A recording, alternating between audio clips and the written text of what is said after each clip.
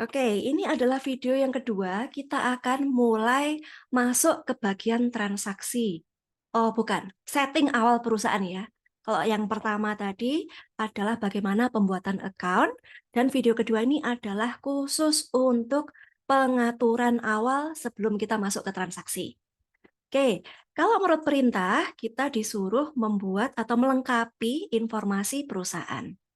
Yang akan kita lakukan adalah Oke, kita akan pergi ke iQrate kita, kemudian pergi ke bagian pengaturan preferensi.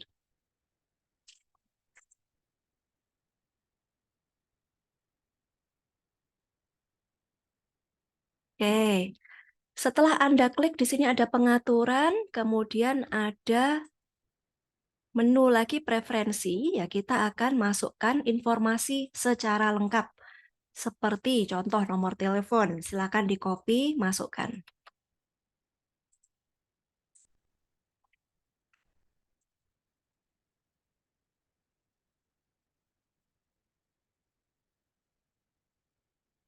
Kemudian tanggal mulai data seperti yang kita buat di video pertama, tanggal 31 bulan 12 tahun 2022. Periode akuntansi Januari sampai Desember, mata uang rupiah, serta alamat.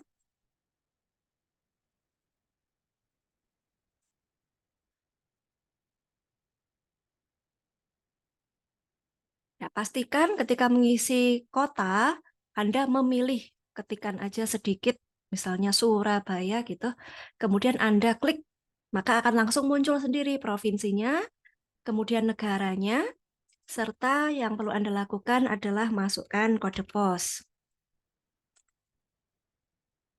Oke, nah ini perintah yang pertama, kemudian ada informasi lanjutan. Karena kita punya pelanggan dan pemasok dari luar negeri perlu mata uang asing. Oke, kita simpan dulu ya bagian pengaturan perusahaan.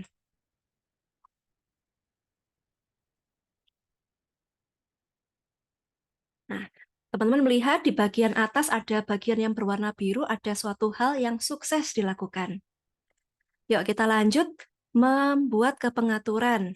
Tadi di sini, tadi kita ke pengaturan ya, setting segala menu-menu yang terkait dengan fitur, preferensi, yang akan nanti kita ulangi lagi.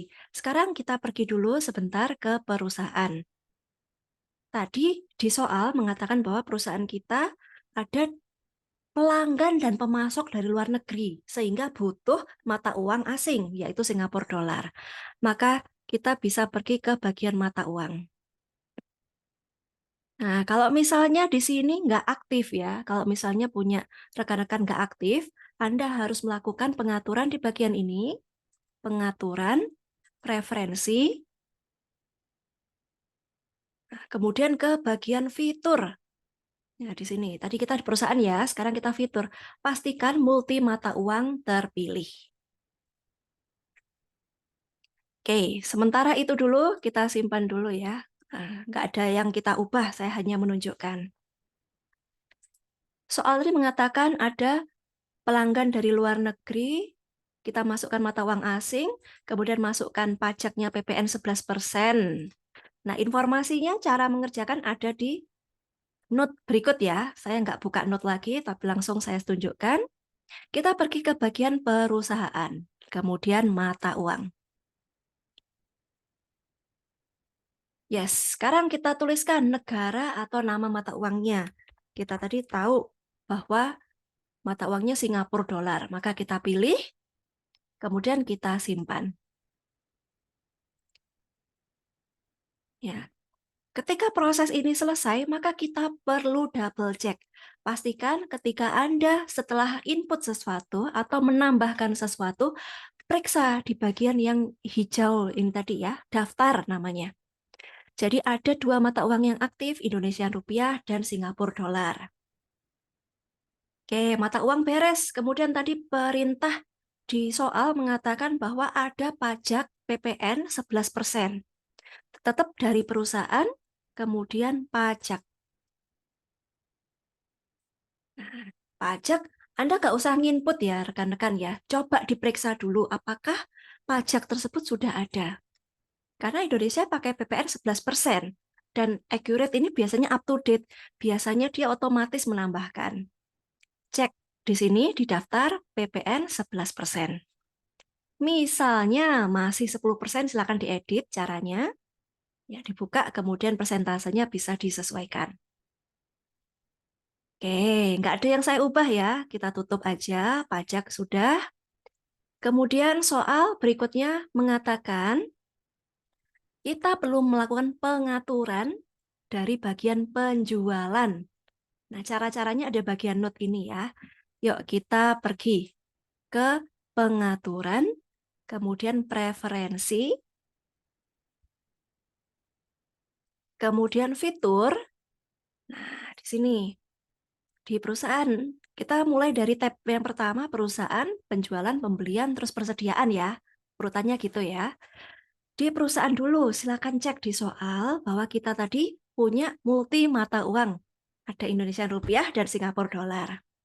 Terus perusahaan ini juga mengenakan pajak. Oke. Di kasus kita tidak ngomong adanya persetujuan atau approval ya. Dan tidak membicarakan anggaran dan target. So, tapi dia mengatakan bahwa kita memiliki aset perusahaan. So, ini 3 hal ini yang harus tercentang. Misalnya saat ujian nanti Anda nggak melakukan perubahan. Yang tadi awalnya persetujuan atau approval dan anggaran tercentang, itu juga nggak masalah ya. Biarkan saja yang dia tercentang juga oke. Tapi yang perlu Anda pastikan, ketika soal mengatakan harus aktif pada bagian-bagian tertentu, itu yang harus Anda perhatikan. Kalau misalnya ada yang kecentang, ini harusnya di soal nggak ada nih persetujuan atau approval. Ya, ini dibiarkan kecentang juga nggak apa-apa. Tapi jangan sampai pencatatan aset ini sama kasusnya suruh mengaktifkan, sedangkan Anda tidak mengaktifkan. Nah, itu baru problem. Jadi minimal lakukan sama persis seperti di kasus. Oke ya, yuk di tab perusahaan sudah. Sebelum kita simpan, bisa pergi ke tab penjualan. Kalau menurut perintah tadi, yang perlu diaktifkan adalah penawaran dan pesanan penjualan, retur penjualan, kemudian tenaga penjual, kemudian jasa pengiriman, dan syarat pembayaran. Lanjut ke bagian tab pembelian. Kalau menurut perintah tadi, kita ada pesanan pembelian sama biaya pembelian oleh pemasok lain. Ini tercentang, oke ya, kita biarin ya. Meskipun rekan-rekan tidak menutup kemungkinan ya, saya lihat di tengah-tengah kasus, kita baru mengaktifkan opsi tagihan di muka. Ya, nanti kita baru aktifkan nanti juga nggak apa-apa. Yuk kita ikuti dulu. Kemudian tab terakhir, persediaan. Kalau menurut soal yang diminta adalah permintaan barang, kemudian multi gudang, kemudian produksi sederhana. Nah, ini sudah semua yang harus kita aktifkan, kemudian kita tekan simpan. Nah, kita tadi sudah melakukan pengaturan fitur ya, persediaan. Oke. Dan sekarang kita bisa masuk ke pembuatan daftar akun. Kita lanjut di video yang berikutnya ya. Jadi mulai dari impor-impor ada di video 3 aja. Oke, silahkan kita menuju ke video 3 untuk impor akun serta barang dan jasa.